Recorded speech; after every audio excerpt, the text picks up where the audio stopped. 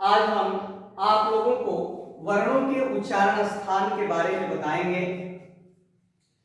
कि हिंदी भाषा के वर्ण और संस्कृत भाषा के वर्णों का उच्चारण स्थान क्या है। यह उच्चारण स्थान मेरे प्यारे बच्चों आप लोगों के लिए अत्यंत उपयोगी है, क्योंकि हिंदी भाषा के प्रश्न पत्र और संस्कृत भाषा के प्रश्न पत्र को मिलाकर मैट्रिक परीक्षा में लगभग 6 अंक आता है, जो हमारे लिए अत्यंत ही उपयोगी है। यह हमारे परीक्षा का लगभग 1% हो गया प्लस से। आइए हम उच्चारण स्थान की परिभाषा को जानते हैं। उच्चारण स्थान का परिभाषा संस्कृत भाषा में होगा हृदयात् निर्गच्छन्निव प्राणवायुः यानि स्थानानि संस्पर्श ध्वनितः भवति तानि उच्चारण स्थानानि कथ्यन्ते। यह बता रहा है कि किसी वर्ण का उच्चारण करने में, कोई भी वर्ण है उस वर्ण का उच्चारण करने में हमारे हृदय से निकली हुई प्राणवायु मुख के जिस भाग का स्पर्श करके बाहर निकलती है, मुख के स्पर्श करना मीन्स छूना। किसी वर्ण का उच्चारण करने में हमारे हृदय से निकली हुई हमारी प्राणवायु मुख के जिस भाग का स्पर्श करके, जिस भाग को छू करके बाहर निकलती है, उसे ही उस वर्ण का उच्चारण स्थान कहते हैं। या सामान्य तौर पर यह भी कहा जाता है कि किसी वर्ण का उच्चारण करने में हमारी जिह्वा, हमारी जीभ मुख के जिस भाग का स्पर्श करती है, मुख के जिस भाग को छूती है, उसे ही उस वर्ण का उच्चारण स्थान कहते हैं। और यह बिल्कुल समझने की चीज है, अपने पर प्रयोग किया जा सकता है। जैसे किसी वर्ण का उच्चारण करेंगे क, ऐसे एकदम प्रतीत हो रहा है कि कंठ से निश्रित हो रहा है। आइए हम सूत्रवत उन सभी वर्णों के बारे में जानेंगे ही। तो पहला सूत्र मैंने लिखा है आपके सामने, अपुः विसर्जनीयानां कंठः। मैंने लिख दिया अपुः विसर्जनीयानां कंठः। अपुः विसर्जनीयानां कंठः कहने से स्पष्ट होता है अ का मतलब हो जाता है अ और आ। अ से अर्थ हो गया अ और आ। कु का मतलब होता है कवर्ग, जो मैं यहां लिखा हूं कवर्ग। अब कवर्ग क्या है, तो क के रो में जितने भी वर्ण आते हैं, कवर्ग में 5 वर्ण हैं, क, ख, ग, घ और अंग। तो कवर्ग कहने से बोध हो जाता है क से अंग तक के वर्णों का। इसके बाद यहां लिखा है ह और विसर्जनीयानां, यानी यहां विसर्ग है।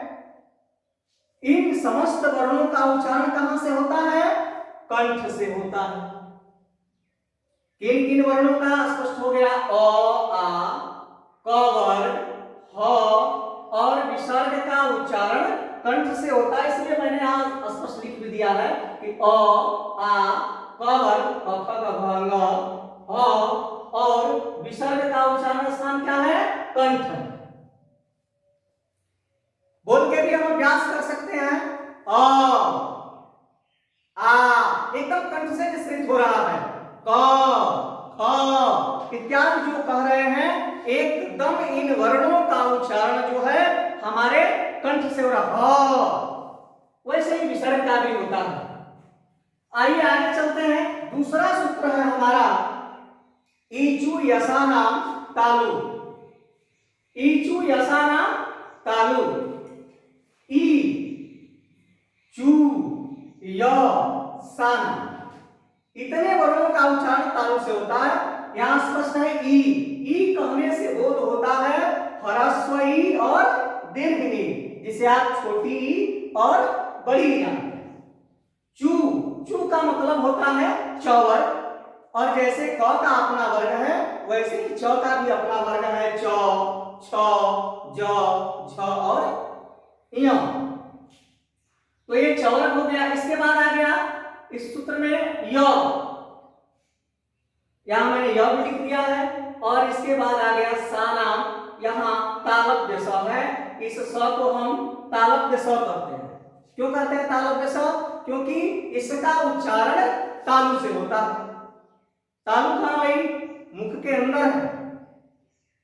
च च च जो ही हम कहेंगे तो च कहने पर हमारी जिह्वा मुख के जिस भाग को छू रही है, च छ, एकदम यह जो आपका दांत है और पीछे का भाग मूर्धा कहलाता है, जो गड्ढा ऊपर, और इस दोनों के बीच में जो उठा हुआ भाग है वही हमारे मुख में क्या है? तालु।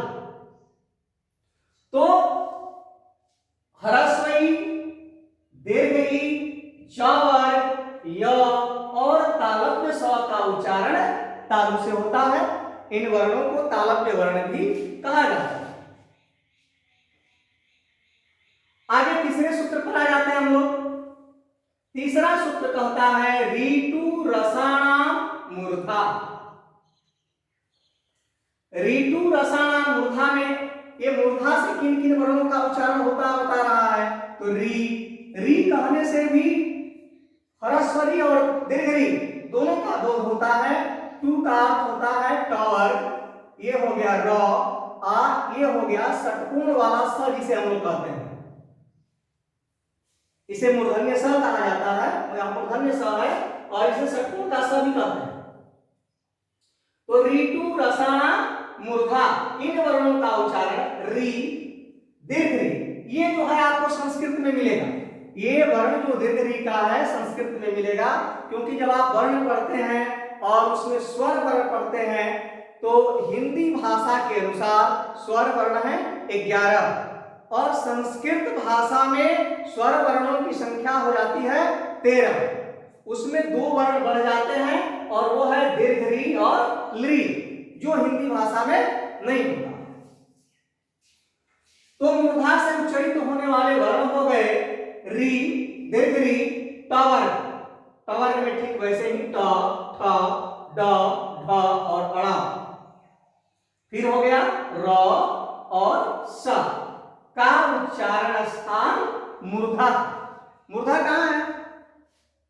ट ट ट आप कहेंगे, ठ ट या ठ कहने पर आपकी जिह्वा मुख के जिस भाग को छू रही है, ट, तालु के ठीक पीछे जाते हैं हम तो देखते हैं कि जो ऊपर उठा हुआ भाग है गड्ढानुमा, उस भाग में हमारी जीभ जाकर के टच कर रही है, छू रही है, वही हमारे मुख का भाग जो है मूर्धा। और मूर्धा से इन वर्णों का उच्चारण होता है री, री, टावर, र और स। आइए बारे में देखते हैं। चौथा सूत्र है हमारा ऋतु लसानाम दंता। इतने वर्णों का उच्चारण दंत से होता है, दांत से होता है। किन किन वर्णों का उच्चारण दांत से होता है भाई? तो लिखा ली, तू मीन्स तावर, ल और एक सानाम दंत स। ली, तावर, ल और दंत स, इतने वर्णों का उच्चारण जो है दांत से होता है। यहां मैंने लिख दिया ली, तावर, जैसे आपने पढ़ा क वर्ग, च वर्ग, त वर्ग, ठीक उसके नीचे का वर्ग है त। त वर्ग में वर्ण आ जाते हैं त, थ, द, ध और न।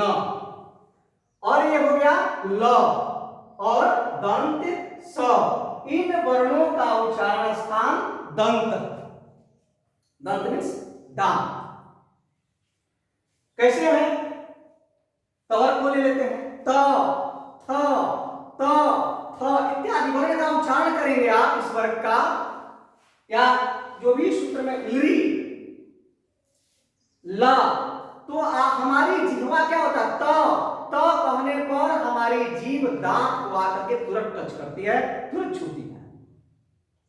और जिस भाग को छू रही है, जैसा उच्चारण स्थान की परिभाषा में हम लोगों ने पढ़ा, वही स्थान मुख का, वही स्थान उस वर्ण का उच्चारण स्थान कहलाता है।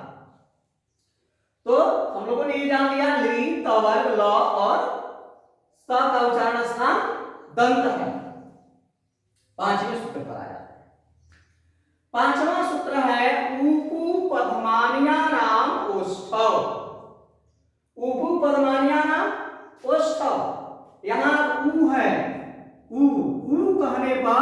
ह्रस्व उ और दीर्घ उ दोनों का बोध होता है, जिसे आप छोटा बड़ा जानते हैं। पू, पू का मतलब हो गया पावर, और यहां लिख दिया उपतमानिया नाम, उपतमानिया नाम ओष्ठ। इतने वर्णों का उच्चारण उपतमानीय प और प का उच्चारण स्थान जो है ओष्ठ है। तो यहां हो गया ह्रस्व उ, दीर्घ उ, पावर। पावर भी ठीक वैसे ही जैसा आपने भिन्न भिन्न वर्गों को पढ़ा, पावर में आ जाएगा प, फ, ब, भ, म। देखिए कहने पर कैसे एकदम उच्चरित रहा, प कहने पर ओष्ठ का पूरा प्रयोग हो रहा है। यदि ओष्ठ न हो तो पवर्ग के वर्णों का उच्चारण करने में हम असमर्थ हैं। और ये उपधमानीय प और उपधमानीय फ है, जिसका प्रयोग लगभग वेदों में मिलता है। इस लौकिक संस्कृत में विशेष इसका प्रयोग नहीं है। इतना आप लोग ध्यान रखेंगे, ह्रस्व उ, दीर्घ उ और पवर का उच्चारण स्थान जो है ओष्ठ है। यह जो है ओष्ठ से उच्चरित होता है। प, फ कहते हैं पा पा, तो पा पा कहते हैं, तो दोनों बार ही प का जो उच्चारण हो रहा है वह किससे हो रहा है, हमारे ओष्ठ से हो रहा है। आइए इसके आगे के सूत्र पर चलते हैं। तो छठा सूत्र है हम लोगों का य, म, अंग, अड़, ना, नाम, नासिका। कौन कौन से वर्ण हो गए भाई, य, म, अंग, अड़ और न। इतने वर्णों का उच्चारण स्थान नासिका है। और अभी जो हम लोगों ने पांचों वर्ग पढ़ा, क वर्ग, च वर्ग, त वर्ग, त वर्ग और प वर्ग, ये सभी वर्गों का अंतिम वर्ण है। अंतिम वर्ण है य, म, अंग, अड़ और न। इन वर्णों का उच्चारण स्थान क्या है, नासिका है। नासिका मीन्स नाक। नासिका का अर्थ होता है नाक। यहां लिख भी दिए य, म, अंग, अड़ और न का उच्चारण स्थान नासिका है। यहां थोड़ा सा कंफ्यूजन होता है, क्योंकि मैंने ये पढ़ा है कि अंग का उच्चारण स्थान कंठ है, य का उच्चारण स्थान तालु है, पढ़े ना। अड़ का उच्चारण स्थान मूर्धा है, न का उच्चारण स्थान दंत है और म का उच्चारण स्थान ओष्ठ है।